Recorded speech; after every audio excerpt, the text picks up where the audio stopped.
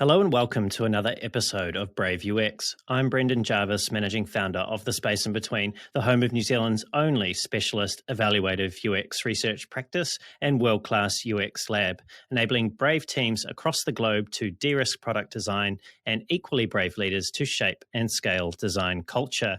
Here on Brave UX, though, it's my job to help you to put the pieces of the product puzzle together.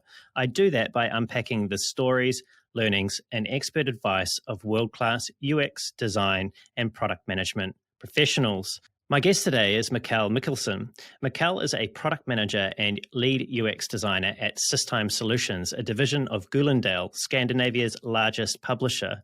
At Systime Solutions, Mikkel is helping the company to design and launch a next-generation handheld interactive platform called the internetBook. The product aims to revolutionize the way that secondary school students in Denmark interact with learning materials.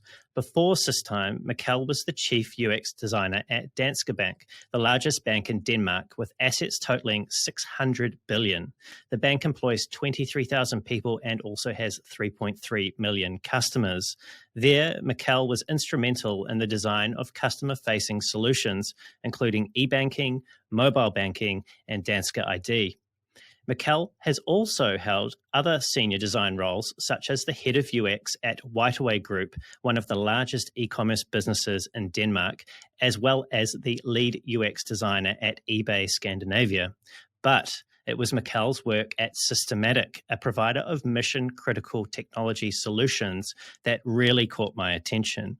During his nearly 8 years at Systematic, Mikkel designed some of the critical systems within Lockheed Martin's F-35 fighter jet, as well as other defence and healthcare-based experiences.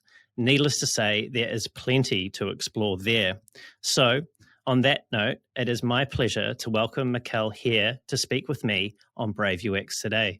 Mikkel, god aften. Welcome to the show. Thank you, Brendan. Nice to be here. Very nice to have you here. And as we were discussing, Mikkel, before we hit record, we are literally on the opposite side of the globe from one another, and that's reflected in my time and the time zone as well, right? So it's quite late there for you and quite relatively early here for me. So we will see how we go. Hopefully we can all stay awake for this conversation. I'm sure we will.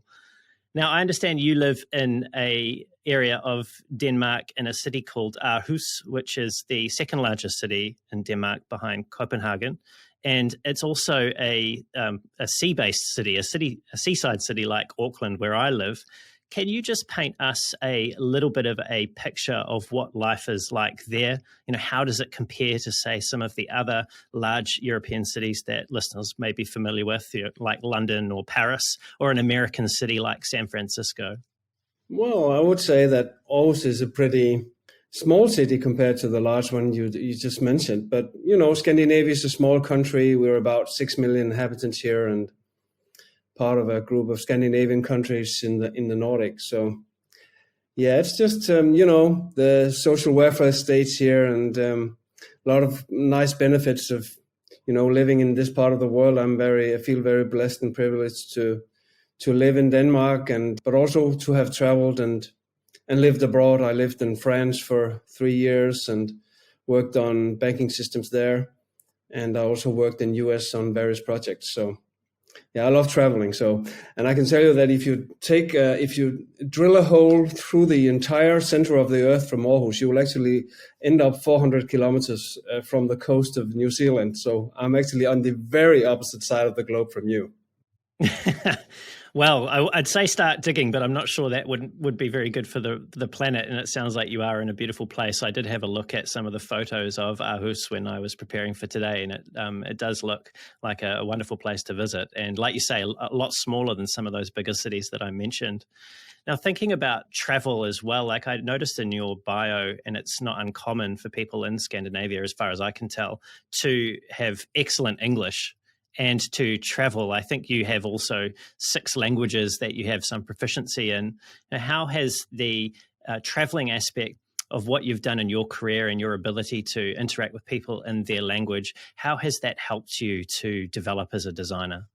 Well, I would say that it was mostly a personal interest of mine to move to France, but So that was a learning experience that I just had to do. I loved the language when I was in high school, and I had to go there to really learn it. It was a great experience. But, learning English is very natural. It comes very natural to Scandinavians. When I was 19, I was in San Francisco for a year, and I just got the taste of the expat life.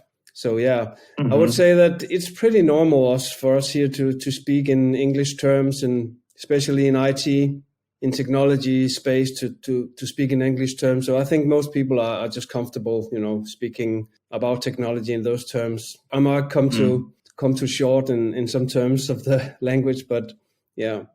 I was just going to say, I think your English is far superior to my Danish, so I don't think we're going to have any troubles there. In fact, I'm mildly jealous that I can only have command of one language. So I think it's wonderful that you're able to have such a good engagement with so many people around the world. Obviously, it's served you really well. No, I just wanted to say that it's pretty typical for smaller countries to be more proficient in other languages. They just simply have to, due to, the fact that they trade with other countries and stuff like that, whereas the bigger countries don't need it as much. They're more self-containing. Yes, that's a very good point. I just want to come back to your entry into the field of UX. Now, I understand that you actually became a UXer before we even called the field UX. You studied a Master of HCI, Human-Computer Interaction, in the mid-90s at Aarhus University. I think you graduated in 97. What was it about the field at the time that originally attracted you, and what has kept you practicing 25 years later? Well, when you went through my bio there, I think you answered the question yourself. When you have a career in technology, and especially in design, in interaction design, in the space of UX, you just have so many possibilities to work in different domains. And when I was recommended the studies of information science and interaction design studies, I was recommended it because of that width that it provides, this field that you can practically do anything. You can work on your own, you can work as a consultant, you can work for many, all industrial areas of life, all entrepreneurial areas of life. You can engage in with technology as a programmer, as a developer, but also as a designer. You can go almost anywhere. And that was what attracted me to this area, and also what's kept me there, I guess. This, you're never stuck. You can always go somewhere else and explore other domains. And as you mentioned yourself, I transitioned from banking to publishing, which is not a problem because the UX is basically the same. It's not all the same, but the core part of UX is the same, no matter the domain. And that's what I like about it. You can transfer to a new domain. Of course, you have a learning curve to understand the domain. You need experts in the field to help you out. But the UX stays basically the same. The toolbox is the same when you go in the door. You mentioned when you were explaining how you came to study HCI that it was recommended to you. Was there someone in particular that recommended it that stands out as that person that introduced you to the field? Yeah, there was a lady called Caroline Søborg. She's actually become a founder of a couple of IT projects and one of the first interactive agencies in Denmark. So I met her by chance, and she commended it to me. So, yeah. Oh, well, we have her to thank for you being on the show today, which is great. Now, I also was looking, as you know, and I go back and sort of get a sense for my guests where you'd worked. And I mentioned in your introduction that you had worked at Systematic for the better part of a decade, designing mission critical systems. Yeah, in part for that F-35 fighter jet, which is an amazing piece of technology. I understand you were also designing mission planning systems for land-based military vehicles, as well as some systems for national intelligence services. Yeah. First question, and it's a very important one. Did you get to fly in an F-35? No, I didn't. Oh, do you regret not getting to fly in an F-35? But I have some funny war stories about the F-35, but I didn't ever see one. But I sat next to, when I was in the introductory program at Lockheed Martin, which is, production plant with about, 20, 30,000 employees. You sat next to other people in the plant, and I sat next to a guy who who was designing he was a purchaser for nose cone technology. And that's a funny story, because normally you say that it costs it will cost you the tip of a jet fighter, because it's very expensive, the stuff in the tip of a jet fighter. He actually knew, he was in the purchasing department for tips of jet fighters. So he knows the cost of the tip of a jet fighter. He's one of the ones that originated that joke, and it literally is not a joke, it's quite literal. True story, but yeah. No, but I work with pilots on the program. Yeah. So, I mean, thinking about working at Systematic, when you first started there, we talked about your introduction to the field, doing your master's. Was this always part of the plan? Was this a place or a area of the field that you had always wanted to work in? You mean military? Yeah.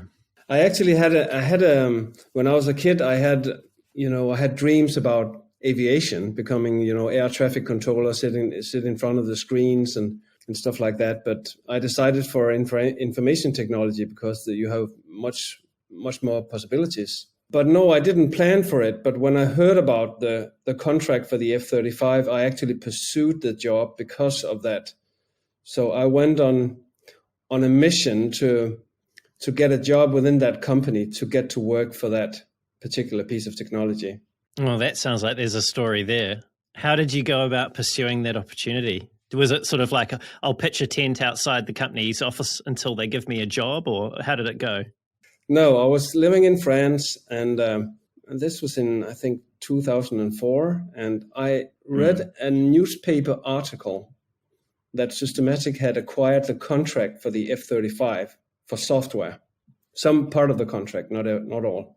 And I said, okay, if something I should ever work on something cool, it would be to work on UX for the F-35. So I thought, okay, I'll do everything I can to get that on my top one of new companies to get out to. And then I knew a guy who knew the CEO through kindergarten. They delivered kids to the same kindergarten. So I got a note delivered there if he needed a skilled designer for his teams.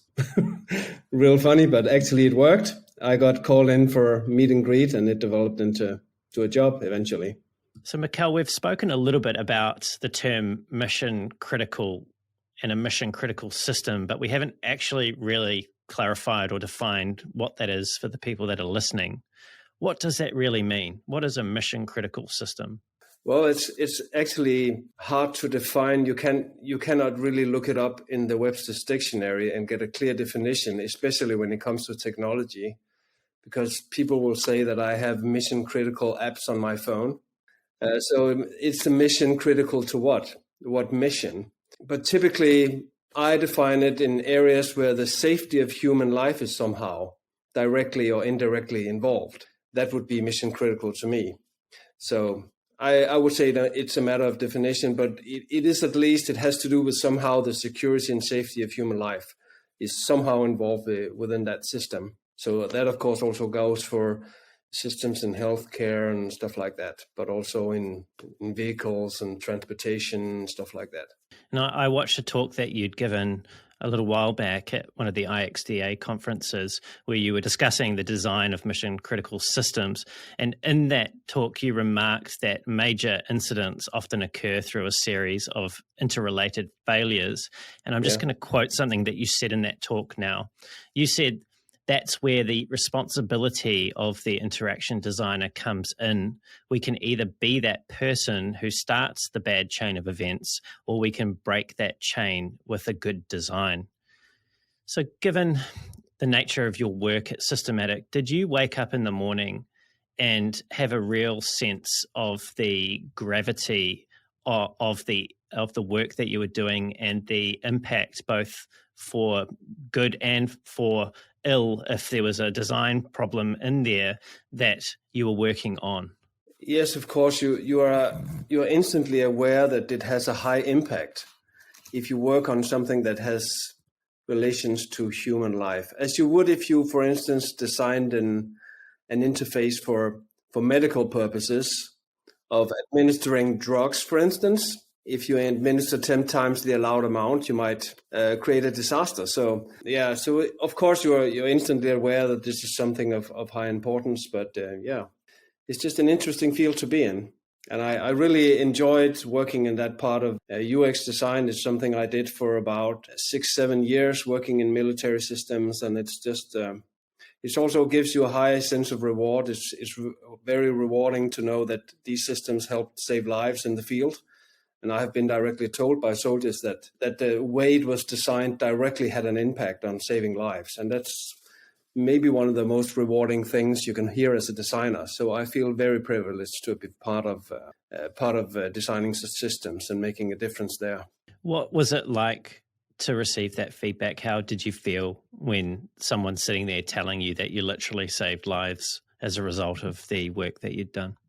Well, it was just awesome. It's just awesome to hear that you make that kind of a difference. I will never forget it because, the soldiers that give their lives on the field down there So that just felt pretty awesome to be part of that. I don't know how to put it. Well, I think I can hear it and see it in your answer there, that it made quite an impact. Now, there's also another side of design for military, design for defense, and not everyone listening to this episode would be comfortable, I suppose, deploying their design skills in that way. There are different views out there about the impact that design in that field can lead to. When you were applying for work at Systematic, did you have any reservations at all about the impact of your work as a designer? No, not in that sense. Of course, you are aware that you are transitioning into a field where the safety of human life is involved, and it's a matter of taking it very seriously. But I didn't have any reservations. On the contrary, I actually wanted to bring my design skills to work in an area where design is highly needed. Design is highly needed in military to help save lives, in law enforcement, in national intelligence, in healthcare, which is typically understaffed in terms of UX. And you will see systems that actually have a higher degree of flaws and faults because of a lack of good design. So I think design is even more needed in those areas, and I felt inspired to go and make a difference there. And for those people that might look at the other side of saving lives, in a conflict situation, which is unfortunate, but they do happen, and it is a reality of life on this planet as humans. What do you say to those people that look at the other impact of that work in that field and the ethical, if any, sort of considerations that came up or might come up for you? Like, do you have a way of framing that for them that might help them to better understand why you felt so called to this particular field of UX? I can understand if people, they wouldn't choose that particular domain. I can totally respect that. As long as they can respect that, I would actually want to make a difference there for the better. So I think it's fine to have preferences within design. It's not an issue of either or, black and white. I think it's fine to have preference there, but it is very rewarding. It's very needed. Design is very needed in those areas, and I just hope I can inspire more to go there and join. It's really very interesting. It's a high reward. And I met many interesting HCI practitioners and usability professionals, also at Lockheed Martin, who worked in those fields. And I think they were there for a reason, to make a difference. So yeah, I think I mentioned to you that I was talking with Dr. Laura Faulkner, who was on the show a couple of months back, and she had worked in the UX of defense, this time stateside in Texas, and she had sort of similar views about the realness, I suppose, the tangible realness of the outcome of hearing from your users. In this case, people that work in the military on the front lines, just how much of a difference the design of the systems that you'd created made for them and did save lives. And we often talk about making the world a better place, and I suppose this is a bit of a what's the right way to frame this? Is there a right way? This is a area of design where, like you've touched on, there are different views as to how people feel about it, and people feel particularly strongly about it, usually one way or another. But it is one of the areas of design that you can see an immediate impact of the work that you're doing.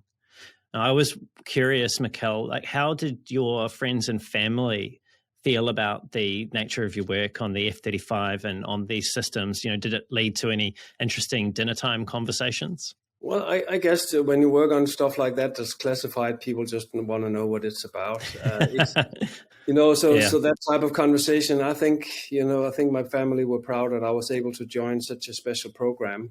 Actually, what I worked on wasn't that secret as such. I can share what I worked on. Yeah, please.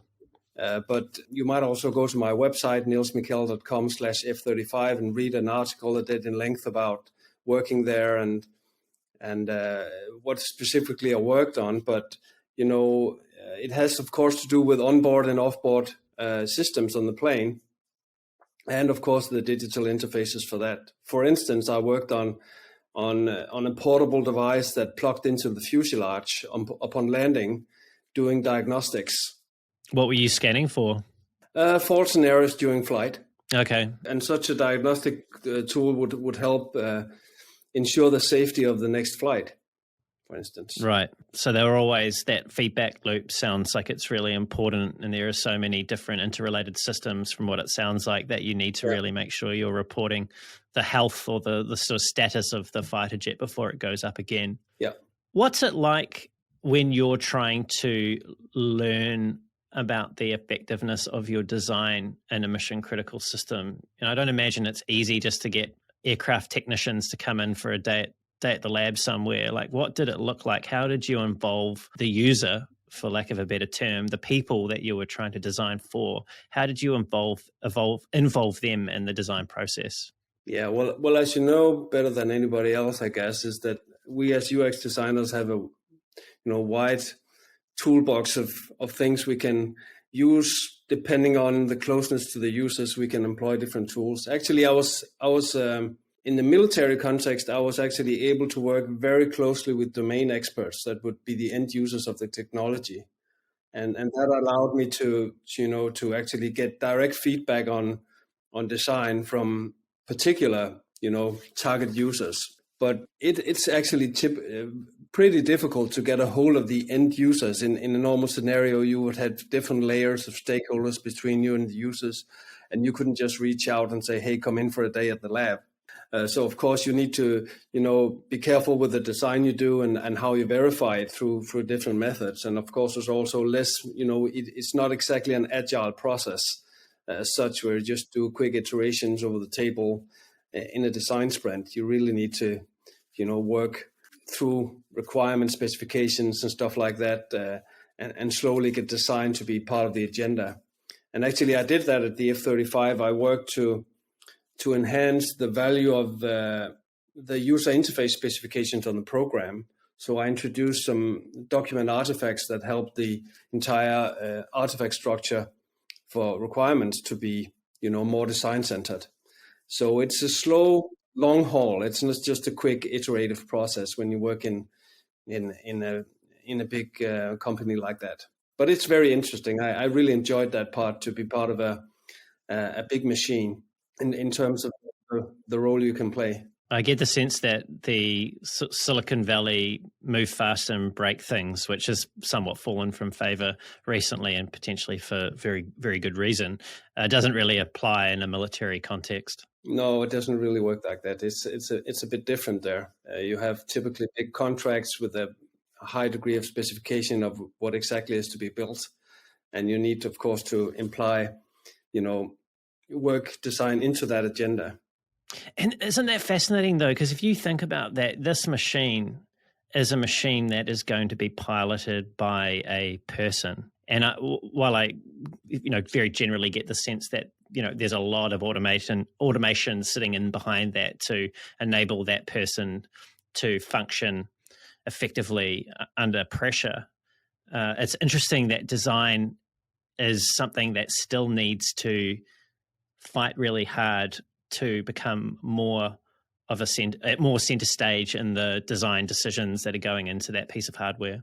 Yeah, but I can tell you that many of the aviation companies, they have pretty large design teams, for instance, on cockpit design. So it's pretty normal to have interaction design and usability experts work on these systems now. I think over the last 10 or 15 years, it's been, you wouldn't ever think of designing a cockpit or an automotive interface without having interaction and UX designers and digital designers on board such a project.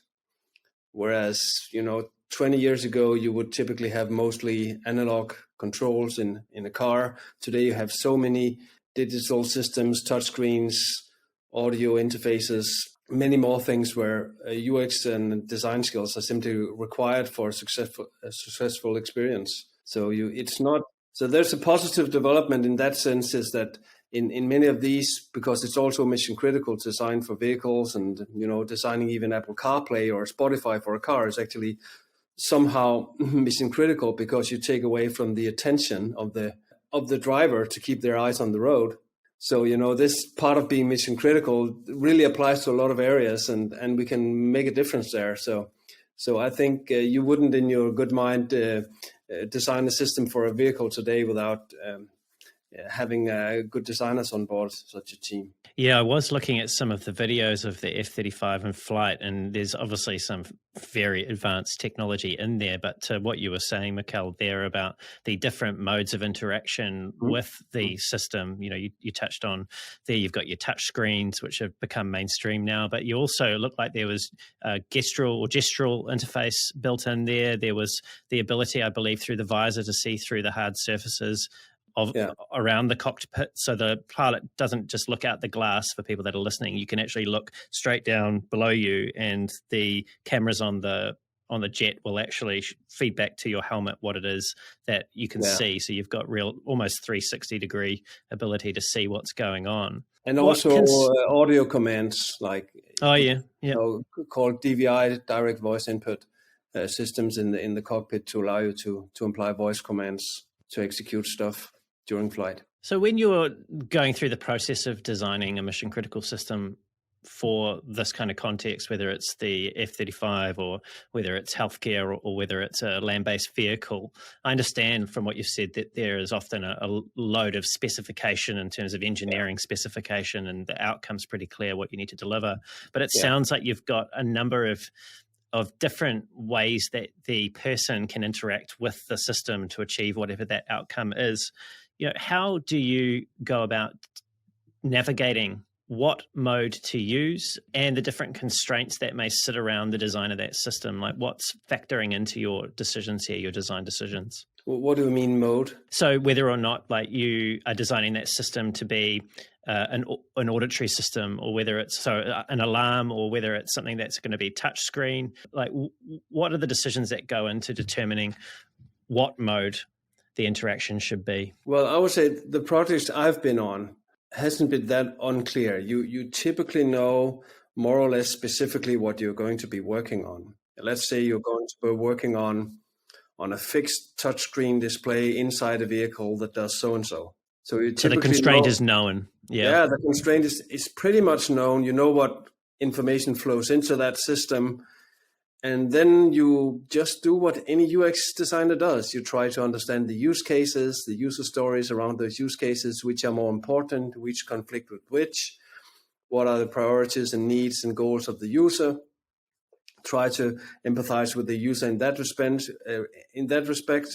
The Forrester triangle with, designing a system with both, engagement and usability and usefulness, and employ all three areas of the design to meet those use cases for the optimal design. So I think it's not actually that much different. And that was, the difference when transitioning into a domain like that is understanding the domain. You don't know anything about aviation. Actually, I took classes in cockpit design, and I tried to flight simulators to just get a feel for the domain. But you still need domain experts around you, like you would if you design for medical context. You need a doctor around you who does the actual surgery. You can never become the surgeon, but if you're designing a system for him or her, you really need to understand the context and the use case. And for that, you need the expert that has many years of experience in the field.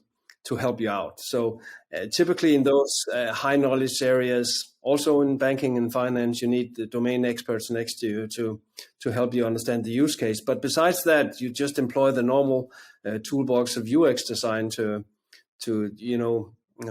better the design through iterative design, prototypes, and all that stuff to show to stakeholders and improve the communication around the final solution. When you do these iterative design processes, sometimes you're lucky, you can actually, improve the requirement set a bit and say, okay, but you have so-and-so use case. Couldn't you do it this way? Couldn't you, for instance, I came up with a design for these military land vehicles where I knew you could transmit information. I said, well, couldn't they draw drawings to each other? Because they're typically in the desert. They don't have any maps there with roads. So couldn't they draw up their own roads and say, okay, let's go this way and that way, and submit those drawings instead of textual messages and other stuff that goes through such a system. And I was actually able to add, features to the design within the constraints of the system. So you can sometimes be lucky and hit a gem and actually make something new that they didn't think of. So it depends a little bit, but it's typically a high constrained environment where you know exactly what you need to do. And then within those constraints, you have some liberties, of course. And I think any designer that's operated in an environment where there's literally a blank canvas, that can actually be more restrictive and less helpful to furthering design than actually having a really clearly defined set of constraints and outcomes that you can innovate within. I just want to come back to what you were talking there, Mikkel, about the role of the domain expert, understanding the use case and the human side of the systems that you were designing. I think you sort of used a great illustration there of being able to evolve the way in which the people in the land-based vehicles communicated where they wanted to go through drawing as opposed through text. Yeah. Now, you've said in the past that, and I'm going to quote you now, users can be highly unpredictable when subjected to high-stress environments. Yeah. And I imagine in a military context that high-stress environments are under fire situations, and the cost of making a mistake in those situations can be extremely high. It's never a high price to pay than loss of life. How do you accommodate for that unpredictability during the design of a mission critical system? How do you get a real feel for or know for certain that you've covered off the range of responses that might come up in a highly intense situation like an under fire situation? That's a good question.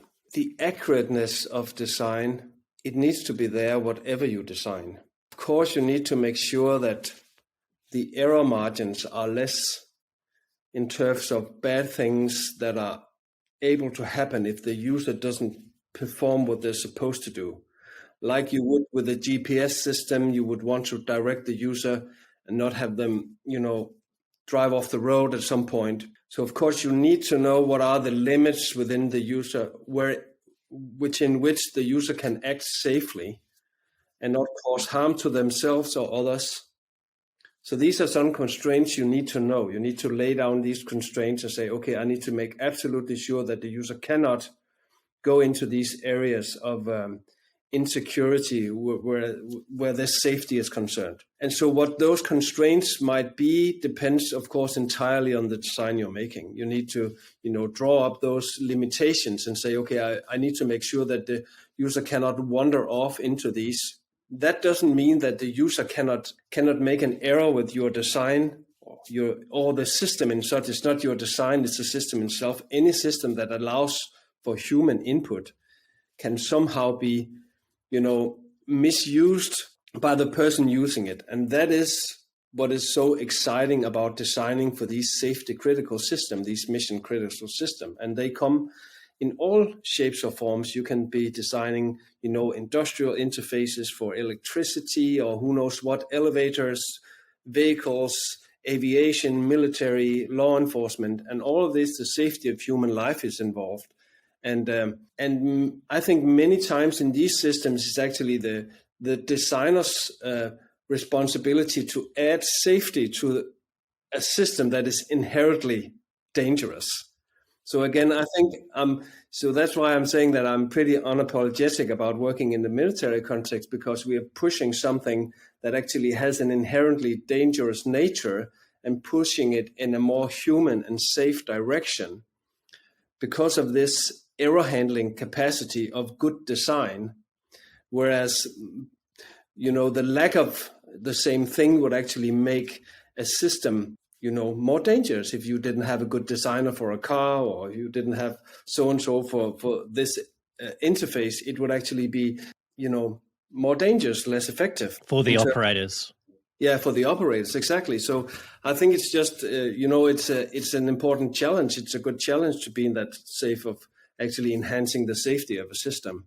I was going to say, I've heard you speak before about, I believe, about the role of redundant systems within these designs, and also the role of alarms and other things that are not necessarily part of mainstream UX design as a way of, I suppose, ensuring greater safety in the operation of the primary system. What's an example that you can give us of how you've deployed alarms or supplementary redundant systems in order to bring that user back on to the safer track? Well, the first I would say is that some of the interaction design basics really come into play when you design, safety critical systems. You need to go back to the basics of all the good heuristics you learned back in school about Hicks law, Fitts law, Gestalt principles, all those sorts of heuristics. You really need to know them by heart, because they will be there to ensure a better,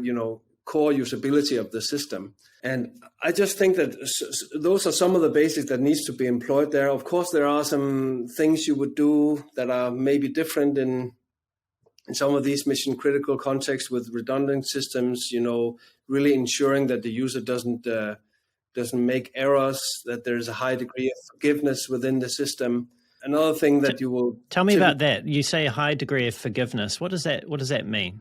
It means that you can undo action. Or forgiveness is one of the key UX principles, one of the golden principles, I think, of Schneiderman, and that you're able to return from and undo actions that you've performed, and actually retrieve from that and go to do something else. And to answer your previous question about high stress environments, it's also, of course, needed there. That needs to be forgiveness in the system that allows you to retract actions and do them otherwise in a new way if you didn't perform it correctly on the first take. I understand. Mikkel, it's been a decade or more since you left Systematic. How do you feel about that work that you did now, and why did you move on from the work in mission critical systems there? Well, actually, one of the things I missed when I worked in these more classified areas of national intelligence and military was a closer relationship with the users. So when I got to work on, you could say public systems, I worked for eBay after that. That was the desire to move very close to the user and work in a more agile environment, because,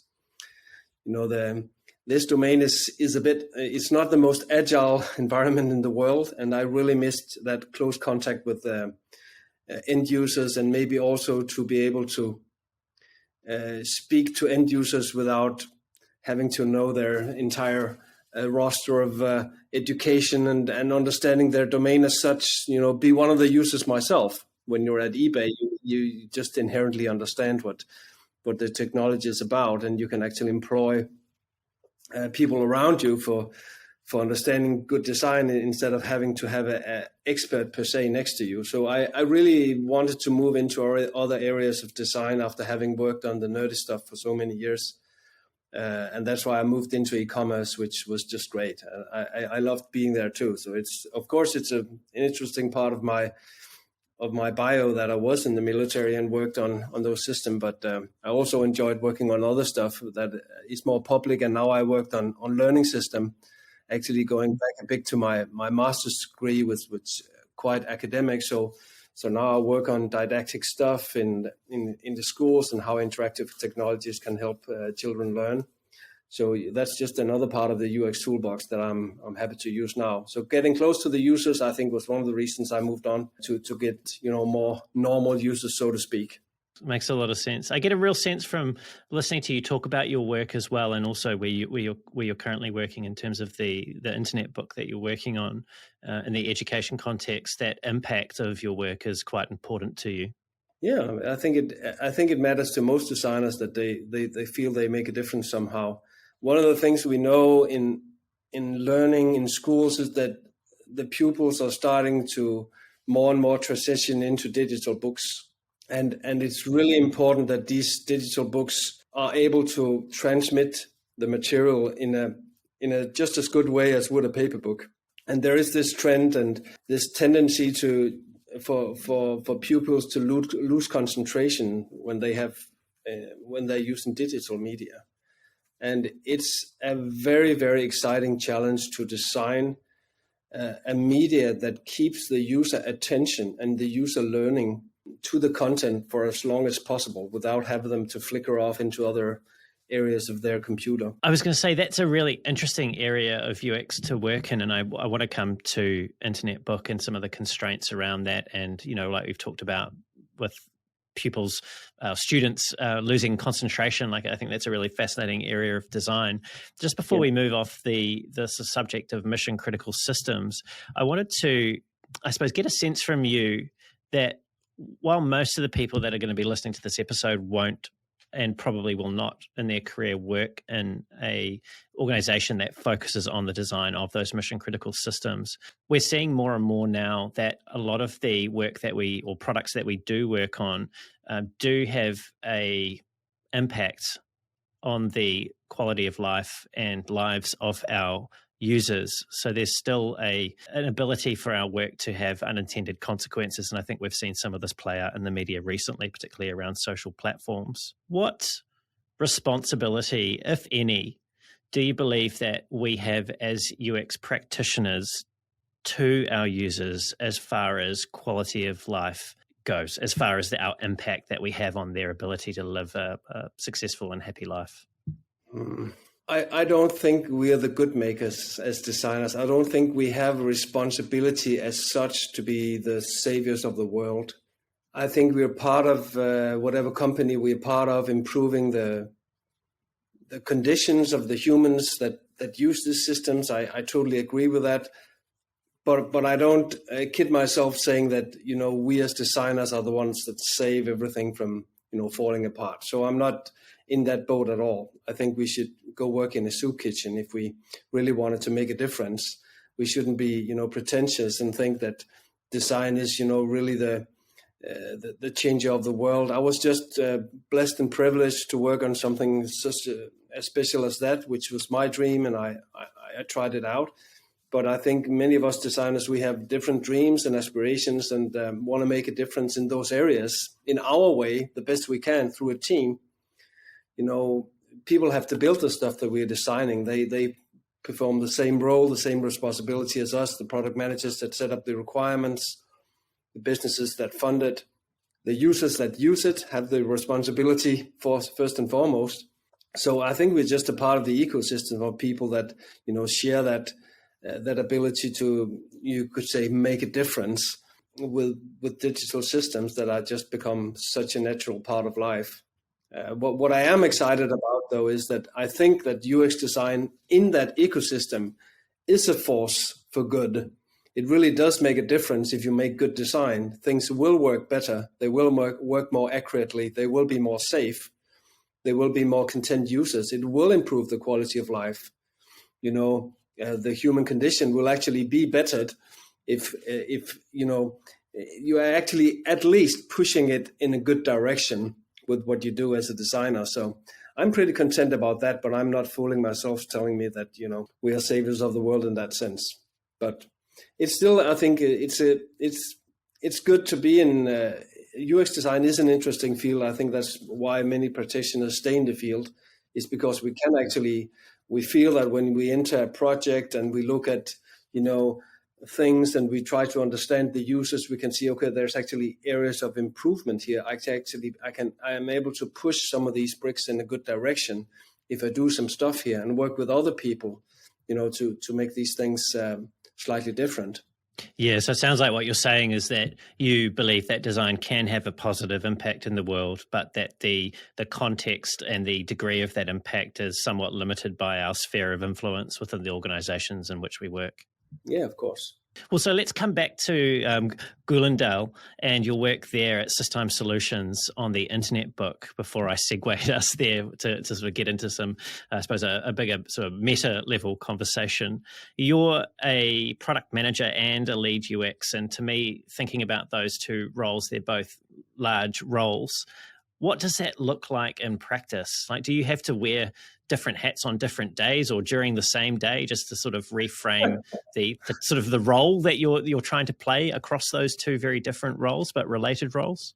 Yeah, well, I work in a very small team now, and I actually do have two hats that I wear. I actually also have a very skilled UX designer working next to me to take part of the UX work away from my shoulders. But as you might know, it's very natural for UX designers, especially senior UX designers, to gravitate toward product management, because you start to kind of interest yourself in, okay, how can I shape the overall requirements to make this product fit, the use case, the business case, the best possible way, and not be too nitty gritty about, aligning boxes anymore. So I think I also transitioned towards product management because I wanted to, make that difference, to actually shape the product from that user experience point of view. And then I was just asked to take on that hat within the project, which I did, which was to basically manage the roadmap and especially the initial design process of gathering requirements and understanding the user needs, and then starting a iterative design process of the next generation of this platform that we are currently building. Yeah, I understand that the platform, it already exists in a sort of a web-based interface, but you're actually taking it into a form factor, a physical form factor. I think you kind of touched on it as well before I segued us earlier, but what is special about internetBook? What is the value that you're trying to unlock for students through this product? Well, as opposed to, when you read a typical ebook, you are basically just browsing pages in a PDF. The product that we are building has the interactive element to it that allows you to build in components to make that book more interactive. Not just a reading experience, but also a learning experience. That could be interactive exercises, quizzes, those type of elements that integrate together with the content. Other parts of the interactive content could be, interactive diagrams. It could be, videos, sound files, all multimedia elements that you will not find in the PDF, typically, at least. You have to link to it to go. But this is it's actually still a web app. We're building a web app for it and not a native app. We're building a web app for it and just employing all the possibility of HTML to build, the next generation of that reading and learning experience that has so many possibilities when you move outside of that static reading that's in a Kindle, that's in an ebook, right? So that's basically what we do. We try to enhance the interactive element of that reading experience to better learning of high school subjects such as math and physics and chemistry and languages and all that stuff. I could have done with this product when I was going through high school, particularly when it came to maths. Yeah. Anything to have made that more interactive for me would have probably served me much better than how I ended up performing. And just an example, if you had been able to read your high school books in a multimedia format, maybe seeing some parts of it explained on video, maybe being able to hear accents in a language in a sound file as opposed to hearing your teacher pronounce everything, Just the simplicity of multimedia elements, which is, of course, a very simple thing, actually helps to enhance that learning experience. So it doesn't need to be interactive, just multimedia itself actually enhances the material. Yeah, I think, look, anything that can spark learning as opposed to conformity in education is a positive thing. And it sounds like this product is going some way to making that a possibility for more students.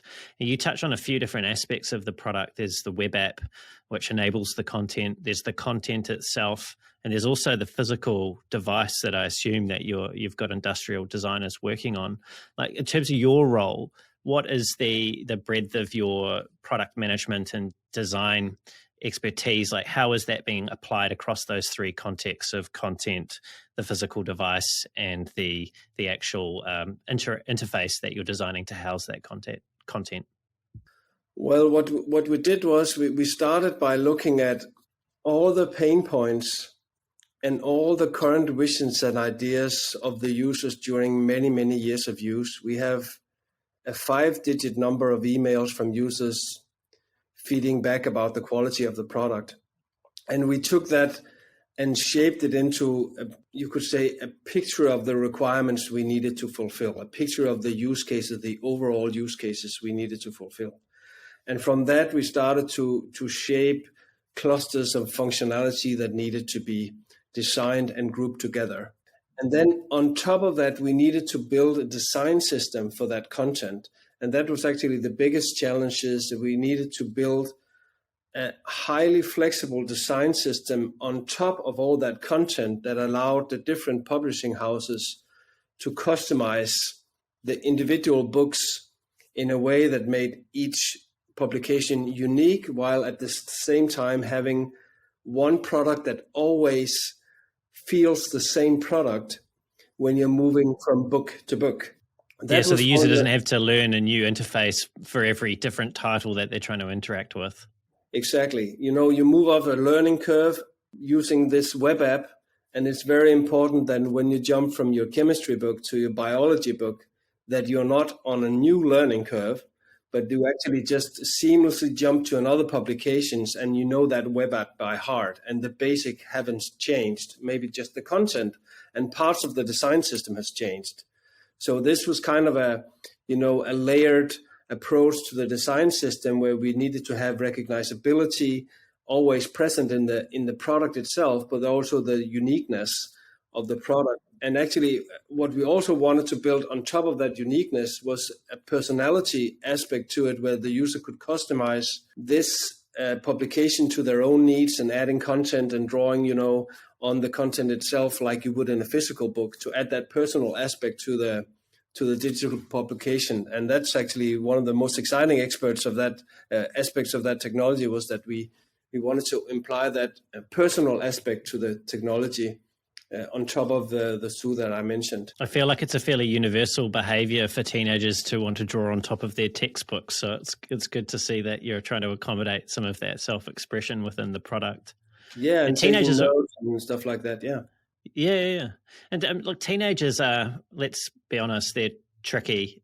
I don't think, if I reflect back on my teenage years, there were some tricky periods there for my mum. How do you design for this very tricky group of people, and what does success look like? Like, do you have a North Star for the product that you'll know for certain you're achieving when it's in the hands of these students? Well, actually, what was interesting in designing this product, it was the first product that I ever designed where the users were forced to use the product. When you go into a high school class, you are not given the selection between this and that. You are told that this is your chemistry book. You're supposed to read it. So within that context, we knew that the users just had to use our product. They had to finish their exams. They had to perform well through our product, no matter how well we designed it or not. That was a pretty special, requirement, to be really respectful of the fact that the users didn't choose that interface themselves. They were kind of told to use it, right? So that made it more sort of the teacher's product than the pupil's product, in that sense that the teachers were the ones recommending it, in the business context of selling this product, it would be the teachers that recommended it to other teachers, saying, okay, you should check this out. And that's what actually makes it a bit special. It's the end users that has the pain or the gain of using it, but it's the teachers that will recommend the product to others. So that's why the teaching aspect of the book really has to perform well. So there's also a resource or a material in the product that enables the teacher to teach the classes through the product? Yeah, there are some teacher functions as well, yes. I see. I wonder, what are the incentives at play within the Danish secondary school system for teachers? Are they incentivized on the basis of standardized tests and trying to increase the scores and performance of their students in that way? It depends a little bit on the school, but of course, typically classes are required to go through certain teaching programs. They have a certain agenda they need to move through, for instance, to cover chemistry at a certain level, at a certain age in high school. They need to cover these books. So actually, these books are pretty clearly laid out in terms of what they need to communicate in terms of the reading agenda. But then comes the learning aspect. That's where it's much more flexible. Will the users actually pick up on those different items in the agenda that they need to learn on? But it's pretty fixed what the users need, at least at a high school level. The materials is pretty nicely laid out in terms of what they need to learn. Of course, there are some metrics. We have grading, if that's what you mean, of students and stuff like that. But one of the things that we really wanted to do with this technology was to make something that was very accessible for a wide range of students, because we know that they read differently, they have different attention spans, and we really wanted to make something that covers all the students in the class, not just the well-performing students that are comfortable with technology, but also those with reading disabilities or simply those with concentration issues, that we were able to design a piece of technology that covered the entire class. And that's also an advantage of an interactive web app like that. You can really cover with different types of materials and different, reading modes and stuff like that. Reading settings, you can really accommodate for more users that you could with a normal book.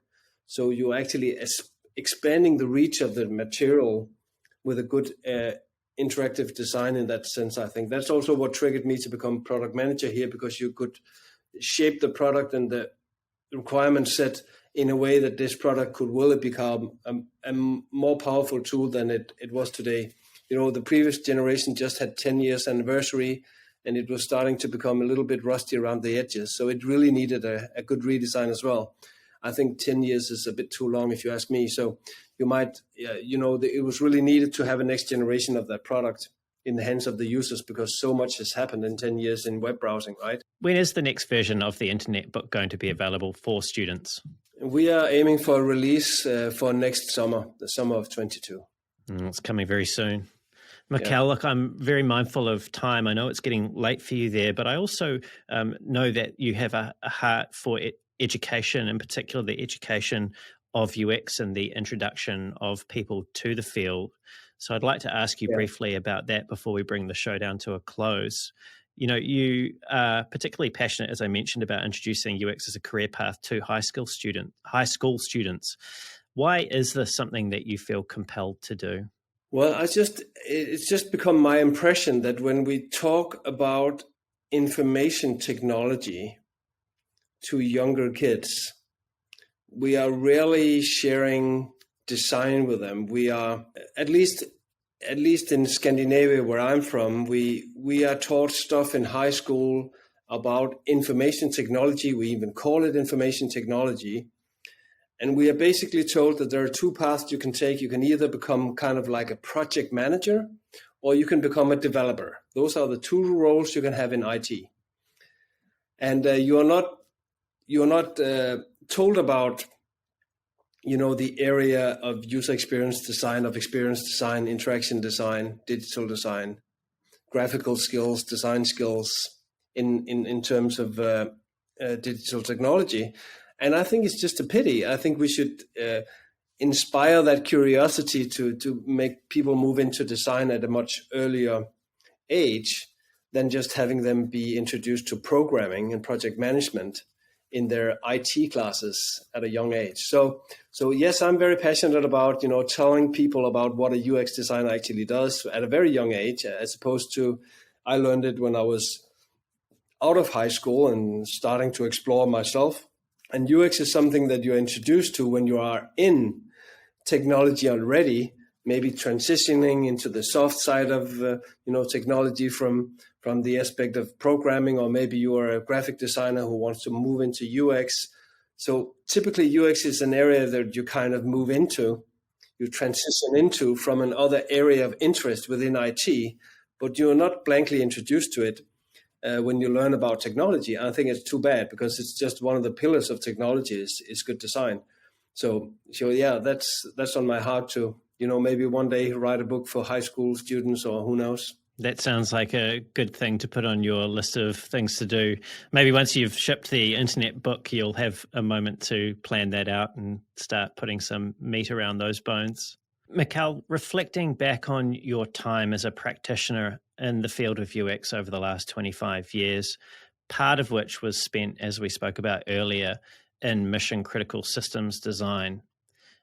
Is there anything from your time spent in that context with that sort of gravity of outcome, that human life literally in the hands of the designer, that you have taken and applied in your career and you think would be relevant for people working outside of mission-critical systems to consider and apply in theirs? Yeah, I think that I have learned that design is needed almost anywhere in digital solution. Well, anywhere there is a human interface of some sorts with the technology, we could be mindful of that. There's really there's a great need for good design skills in all areas of technology. And we have kind of, so far at least, we are maybe not there as much anymore. We are moving into good design in many areas now, fortunately. But there is just a vast need for good design in these areas. And it would be a pity if we as designers didn't cover that and just skipped around it because of the specificity of the alienness of some of these areas, that we wouldn't move into them because they are not so mainstream. So, humans in all sorts of specialized professions are using digital systems. They all need to have UX designers on those teams. But I will say that I do actually see quite a bit of companies that actually are moving into having strong design teams in many areas. It's normal in banking now. It's normal in many industrial companies have it, that, make components for, pumps and gadgets and electrical components. And all of these actually have some sort of design skill employed, maybe not intensely, but they are starting to do so. So that's one area that I really learned, is that design can really be used and applied anywhere within technology, and we can make a difference in all of those areas. Yeah, I think there's some great thinking there and some challenge there perhaps for people that are considering where to take their UX career into areas that they may not have considered where design is very, very much needed. Mikkel, it's been fascinating exploring with you today some of the unique UX-related challenges in mission-critical design, and also hearing about your work on the Internet Book. Thank you for so generously sharing those stories and your experiences with me today. Thank you, Brendan. I hope it makes a difference to your listeners, and good luck with your podcast. Oh, you're most welcome, and I have no doubt that people will learn something from our time together here. Mikkel, if people want to find out more about you and your work as a practitioner, what is the best way for them to do that? Well, I would go through my website, nilsmikkel.com. Maybe you can put it in your Absolutely. So that would be a good way to get in touch. Also, if you want to read about my mission critical cases there, you can find more info. That would be the way to go. Perfect. Thanks, Mikkel. I'll make sure that we link to those in the show notes. And to everyone that has tuned in, it's been great having you listen as well. Everything that we've covered, as I've mentioned, will be in the show notes, including any of the resources that we've spoken about. If you have enjoyed the conversation and you want to hear more great conversations like this with world-class leaders in UX design and product management, of which Mikkel is a leader of both product management and design, so you got both there in one episode. Don't forget to leave a review, subscribe, and also tell someone else about the show if you feel that they would get value from these episodes. If you want to reach out to me, you can find me on LinkedIn under Brendan Jarvis. There should be no trouble finding me there. There's also a link to my LinkedIn profile at the bottom of the show notes too, or you can visit me at thespaceinbetween.co.nz. And until next time, keep being brave.